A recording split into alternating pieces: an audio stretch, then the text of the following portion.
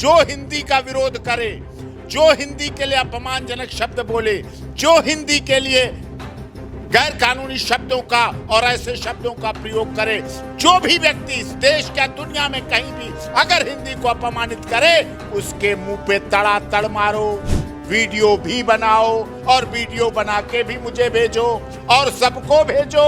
जो भी हिंदी का, चाहे कोई भी व्यक्ति हो, किसी राजनीतिक दल का व्यक्ति हो, अगर हिंदुस्तान में 78 साल की आजादी के बाद हिंदी का अपमान होगा तो हम बर्दाश्त नहीं करेंगे। आपको ऐसे राष्ट्रद्रोह के केस लगाने पड़ेंगे, देशद्रोह के केस लगाने पड़ेंगे। हमारा संविधान एक डॉक्टर भीमराव अंबेडकर बाबा साहब ने क्या कहा था, हिंदी पूरी दुनिया को जोड़ती है। ये लोग जो मुंबई से हिंदी फिल्म बना के भेजते हैं, हिंदी फिल्में बनाते हैं, वो हिंदी फिल्में राजस्थान, मध्य प्रदेश, हरियाणा, हिमाचल, उत्तराखंड, पंजाब, जम्मू, बिहार, झारखंड, छत्तीसगढ़, सब जगह चलती हैं। साथ एक ही दिन में 100 करोड़ी, 1000 करोड़ी फिल्म हो जाती है। हिंदी फिल्में वहां से बना के भेजेंगे, लेकिन जब वहां हिंदी बोली जाएगी तो क्या बोलेंगे कि इसके कान के नीचे मारो और वीडियो भी मत बनाओ। सोचो बेहुदापन की वीडियो, और मैं क्या बोलता हूं अब वो भी सुन लो, मैं क्या बोल रहा हूं। आपने एक चीज देखी होगी कि जिस तरीके से मराठी को लेकर और हिंदी भाषा को लेकर आपस में लड़ाया जा रहा है, और जिस तरीके से भाषा के आधार पर बांटा पहले भी गया था, लेकिन अब जो है वो राजनीति बहुत तेज हो गई है। बताया जा रहा है कि वहाँ पे कुछ नगर निगम के छोटे मोटे चुनाव के चक्कर में राज ठाकरे और उद्धव ठाकरे दोनों एक साथ आ गए 20 साल बाद। इसके कारण जो मराठी जो है उसको लेकर ये चीज़ बहुत ज़्यादा ट्रेंड चल रही है कि यूपी और बिहार के लोगों को मारा जा रहा है, उनके साथ मॉब लिंचिंग करी जा रही है। अगर आप मराठी नहीं आती आपको तो आप भी शिकार हो सकते हैं मॉब लिंचिंग का, क्योंकि जिस तरीके से घटना देखने को मिल रही है, लगातार एक के बाद एक वीडियो, चाहे वो तमिलनाडु में तमिल की हो या कर्नाटक में कन्नड़ की हो या महाराष्ट्र में मराठी की हो, अलग अलग भाषा को लेकर विवाद हो रहा है। इसी बीच हमारे बीच में मौजूद हैं सीनियर सुप्रीम कोर्ट के senior advocate AP Singh ji, और इनसे बात करके बताएंगे कि आखिर में निष्कर्ष क्या निकलेगा। पहले तो स्टार्टिंग में बहुत बहुत स्वागत है सर आपका हमारे चैनल पर। बहुत बहुत धन्यवाद। क्या लग रहा है ये जो भाषा को लेकर जो विवाद हो रहा है, ये आपकी नज़र में सही है? नहीं, ये सही तो कैसे भी नहीं हो सकता है।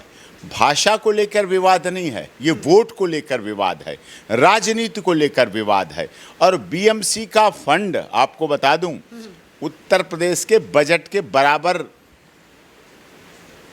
बॉम्बे म्युनिसिपल कॉरपोरेशन का बजट होता है। अच्छा। हाँ, ये बड़ी पैसों की बड़ी लंबी लड़ाई है, ये वहाँ तगड़ा मामला है। हाँ। और देखो ये इतने बेशरम, इतने बेहया, ये लोग जो मुंबई से हिंदी फिल्म बना के भेजते हैं, हिंदी फिल्में बनाते हैं, वो हिंदी फिल्में राजस्थान, मध्य प्रदेश, हरियाणा, हिमाचल, उत्तराखंड, पंजाब, जम्मू, बिहार, झारखंड, छत्तीसगढ़, सब जगह चलती हैं, खूब पैसे कमाते हैं। साथ एक ही दिन में 100 करोड़ी, 1000 करोड़ी फिल्म हो जाती है। हिंदी फिल्में वहां से बना के भेजेंगे, लेकिन जब वहां हिंदी बोली जाएगी तो क्या बोलेंगे कि इसके कान के नीचे मारो और वीडियो भी मत बनाओ। सोचो बेहुदापन की वीडियो, और मैं क्या बोलता हूं अब वो भी सुन लो, मैं क्या बोल रहा हूं। जो हिंदी का विरोध करे, जो हिंदी के लिए अपमानजनक शब्द बोले, जो हिंदी के लिए गैर कानूनी शब्दों का और ऐसे शब्दों का प्रयोग करे, जो भी व्यक्ति इस देश या दुनिया में कहीं भी अगर हिंदी को अपमानित करे, उसके मुंह पे तड़ातड़ मारो, वीडियो भी बनाओ और वीडियो बना के भी मुझे भेजो और सबको भेजो और बोलो कि हिंदी जिंदाबाद थी, है, रहेगी। हिंदी हिंदुस्तान भारत में चलेगा, था और रहेगा। और हिंदी हमारे देश के प्रधानमंत्री ने यूनाइटेड नेशंस ऑफ ऑर्गेनाइजेशन में बुलवा दी, हिंदी दुनिया की भाषा बनवा दी। 11 वर्ष हो गए हमें अंतर्राष्ट्रीय योगा दिवस मनाते हुए, हिंदी की वजह से पूरी दुनिया में मनाया जा रहा है। चाहे सऊदी अरब हो, ईरान हो, इराक हो, जद्दा हो, लेबनान हो, तरार हो, लंदन हो, UK हो, चाइना हो, जापान हो, कहीं भी हो, हिंदी पूरी तरह से स्थापित है और ये हिंदी का विरोध करते हैं। तो हिंदी का विरोध नहीं, ये अपने वोट बैंक की राजनीति करते हैं और हम हिंदी के नाम पर, हिंदी भाषी लोगों के नाम पर, प्रवासी लोगों के नाम पर जो देश और दुनिया के कोने से महाराष्ट्र, मुंबई या साउथ इंडिया पहुंचते हैं, हम उनका अपमान नहीं सहेंगे। ये वीडियो नहीं बनाएंगे, हम वीडियो बना के भेजेंगे। जो भी हिंदी का, चाहे कोई भी व्यक्ति हो, किसी राजनीतिक दल का व्यक्ति हो, अगर हिंदुस्तान में 78 साल की आज़ादी के बाद हिंदी का अपमान होगा तो हम बर्दाश्त नहीं करेंगे। सर, लेकिन आपने एक देखा होगा राज ठाकरे का जी का बयान, उन्होंने एक मंच पे बोला कि डोंट वीडियो मत बनाओ, साइलेंटली काम करो। हाँ। ये कहा की ओर इशारा कर रहा था, साइलेंटली काम करो। क्या अब जो साइलेंटली तरीके से मॉब लिंचिंग करी जाएगी, हमारे यूपी, बिहार और दिल्ली के लोगों को मारा जाएगा? ये बहुत वर्षों से हुआ है। चुनाव में इसका बहुत ज़्यादा बढ़ जाता है, इसका संख्या बढ़ जाती है। लेकिन हम कहते हैं, माननीय गृह मंत्री अमित शाह जी से अनुरोध करते हैं, अपील करते हैं कि अगर आपने समय रहते ऐसे असामाजिक तत्वों पर प्रतिबंध नहीं लगाया और हिंदी के नाम पर बिहार के लोगों के साथ, छत्तीसगढ़, झारखंड, मध्य प्रदेश के लोगों के साथ, उत्तर प्रदेश के लोगों के साथ अगर मॉब लिंचिंग होगी तो उस प्रदेश की डबल इंजन सरकार का क्या फायदा? आपको ऐसे राष्ट्रद्रोह के केस लगाने पड़ेंगे, देशद्रोह के केस लगाने पड़ेंगे। हमारा संविधान एक डॉक्टर भीमराव अंबेडकर बाबा साहब ने क्या कहा था? हिंदी पूरी दुनिया को जोड़ती है। Mahatma Gandhi father of nation ने क्या कहा? हिंदी हमें समरसता लाती है, समरूपता लाती है, एकरूपता लाती है। शिवाजी ने क्या कहा? हम शिवाजी की पूजा करते हैं। हमें नहीं पता कि छत्रपति शिवाजी महाराष्ट्र के नेता थे। हमें लगता है कि छत्रपति शिवाजी और महाराणा प्रताप पृथ्वीराज चौहान पूरे दुनिया के नेता थे, चाहे गुवाहाटी हो, चाहे कश्मीर हो, कन्याकुमारी हो, सबके नेता थे। हम सम्मान करते हैं। हमने बाल गंगाधर तिलक, लोकमान्य तिलक, सबका सम्मान किया।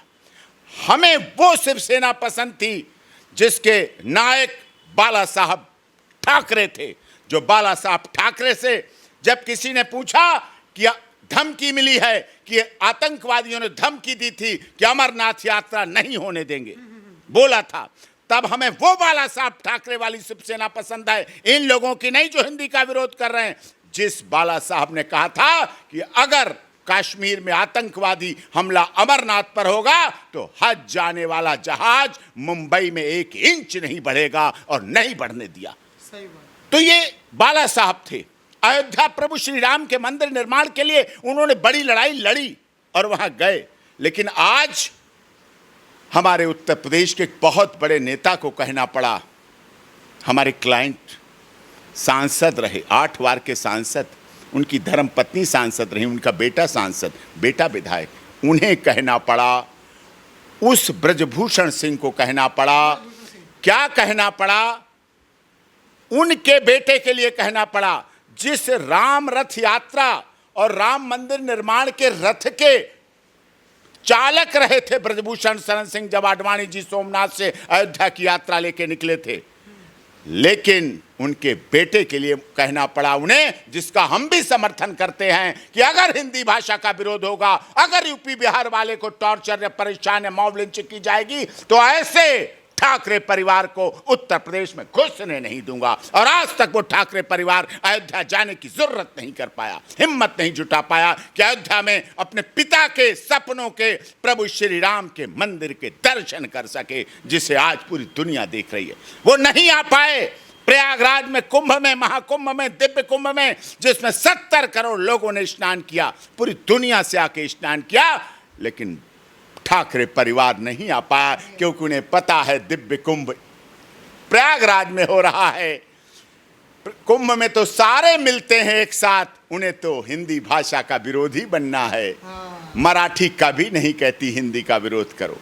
हमारे अमृतसर में जाइए, पंजाब में, आप कोई नहीं कहता पंजाबी ला देंगे हम, जैसे आइए दर्शन कीजिए। बाबा देवघर धाम में कोई नहीं कहता भोजपुरी चाहिए। आसाम के कामाख्या मंदिर में कोई नहीं कहता कि आसामी भाषा ही चलेगी। हिंदी सर्वप्रदत्त सब जगह भाषा है, दुनिया की भाषा है। और लेकिन उन्होंने ऐसी भावना करके अपने को छोटा किया है और उनके मराठी वोट भी कटेंगे और अब वो अपने घर से बाहर भी नहीं निकलेंगे। एक नेता ने तो उदाहरण दिया, घर का कुत्ता। बोला, मैं तो कहता हूं कुत्ते से भी मिसाल देना गलत है किसी आदमी की। कुत्ता वफादार है। अगर कुत्ते की कहानी देखनी है तो तेरी मेहरबानियां फिल्म में देखिए कुत्ते की। अगर किसी भी दर्शक के आंसू रुक जाए निकलने से तो बताइएगा जब तेरी मेहरबानियां में कुत्ते का सीन किया जाता है, दिखाया जाता, वो मटकी मुंह में लेके अपने मालिक की अर्थी के आगे आगे चलता है, तो कोई ऐसा दर्शक नहीं होगा जो अपनी आंखों के आंसू के सैलाब को रोक सके। सर, उन्होंने अपनी बातों को समझाते हुए एक बहुत राज ठाकरे जी ने एक बात कही कि जैसे यूपी और बिहार से जो लोग आते हैं, 48 ट्रेनें आती हैं, भर भर कर आती हैं, जाती खाली हैं, आखिर में खाली जा कैसे रही है? मतलब यूपी और बिहार के लोग डेली 48 ट्रेनों में भरकर आ रहे हैं। एक राज्य की एक सीमा होती है कि उसमें कितने लोग कैपेसिटी होती है। अगर महाराष्ट्र के, अगर ऐसे यूपी बिहार के लोग आते रहें, क्योंकि उनकी सरकार तो कुछ काम करती नहीं है और उनका राज्य बहुत पीछे है। मतलब हम ये नहीं समझ पाए कि एक नेशन की बात हो रही थी या फिर एक राज्य की बात हो रही थी। उन्होंने कहा यूपी बिहार इतना पिछड़ा राज्य है कि इतने सारे लोग आ रहे हैं, आते जा रहे हैं, जा कोई नहीं रहा। तो ऐसे तो जो महाराष्ट्र के लोकल लोग हैं, जो महाराष्ट्र के मूल निवासी हैं, जो महाराष्ट्र में पैदा हुए, उनका तो रोजगार खतरे में है, उनका तो सब कुछ खतरे में है। इसीलिए जो MNS के जो लोग हैं महाराष्ट्र नवनिर्माण सेना, वो ये काम कर रही है। बाला साहब ठाकरे कहाँ गए थे? वो महाराष्ट्र के मूल निवासी नहीं हैं, वो मध्य प्रदेश के मूल निवासी हैं।